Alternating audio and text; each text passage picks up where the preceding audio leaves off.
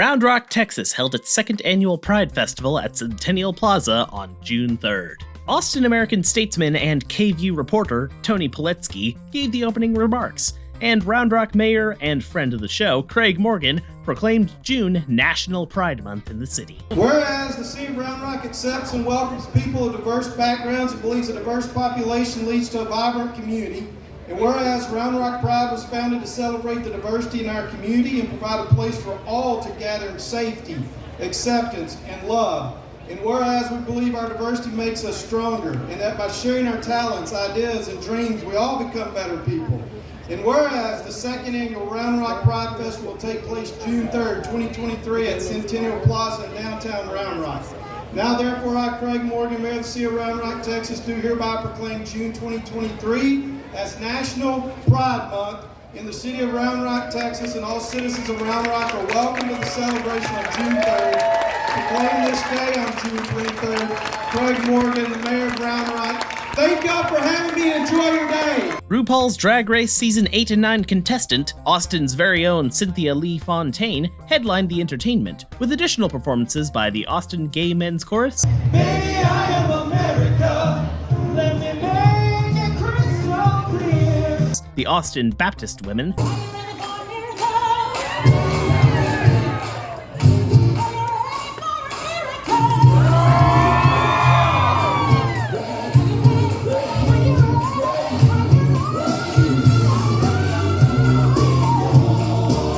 and 13-year-old Austin area native Kween Kee Kee.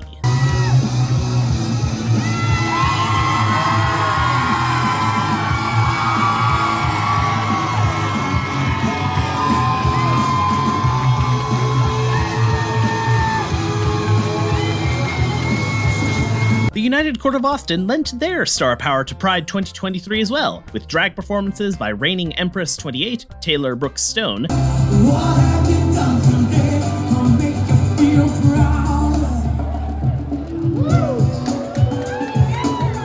Empress 8, I'm a Hoot, Have y'all had a good time?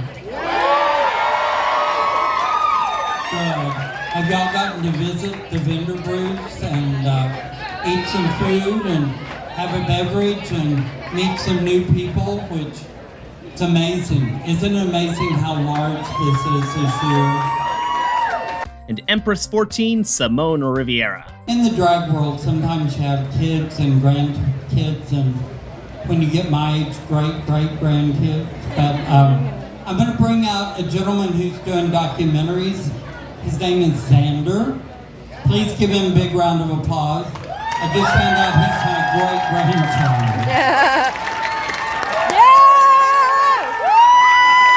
I know, I'm a little underdressed. But, as she said, I'm Xander Quation from the What's Update, a new member of the United Court of Austin. Give him a round of applause! Yeah. My drag mama, Simone Riviera! And they can walk on by. Now we can't touch the ground, and I can't hear a sound. But you just keep it right up your mouth. Yeah. Walk on over there, 'cause I'm too glad to get.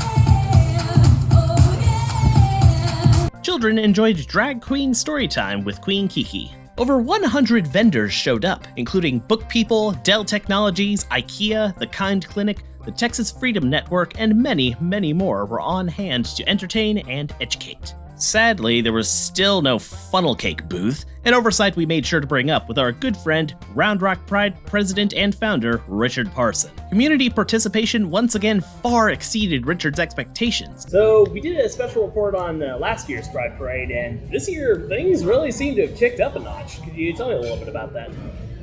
Well, as they say, a first event usually sets the stage, and I was blown away last year. So all we could do was build on that momentum, and it seemed like we weren't all the only ones building on it. Now we had sponsors begging to come in and sponsor. We had to turn away vendors. We had 90 odd vendors this year. We had 40 the first year. And we finally said, no, we can't take anymore. You know, we can't take any more people. There's not enough space. No, Barely enough parking space. that's for sure. They're all full. All 4 parking towers are full. Every parking lot's full. Every street's full.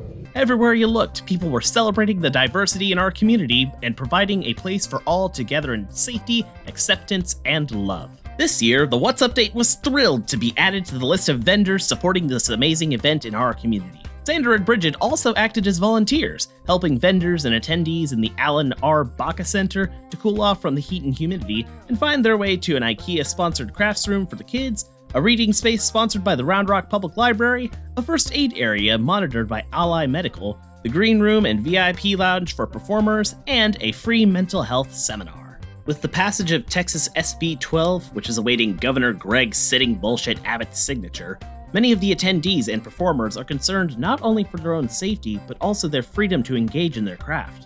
So why am I the drag entertainer? Okay. I'm a Yeah, drag there you go. entertainer To entertain, obviously. It is an art form for us. It is a form of self-expression, and it's a career. Both myself and Eileen are full-time drag entertainers. So like, I do this for the money.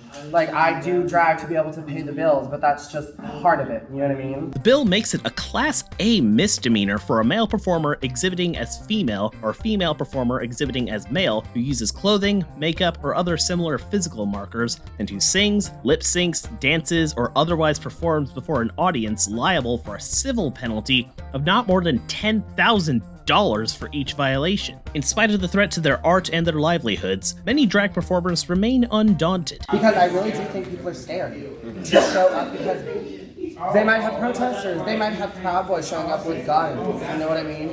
We've had to deal with that at shows that we've done before, with people saying they're going to show up with guns yeah. to protect the children. For a children's story time, For a actually. children's story hour.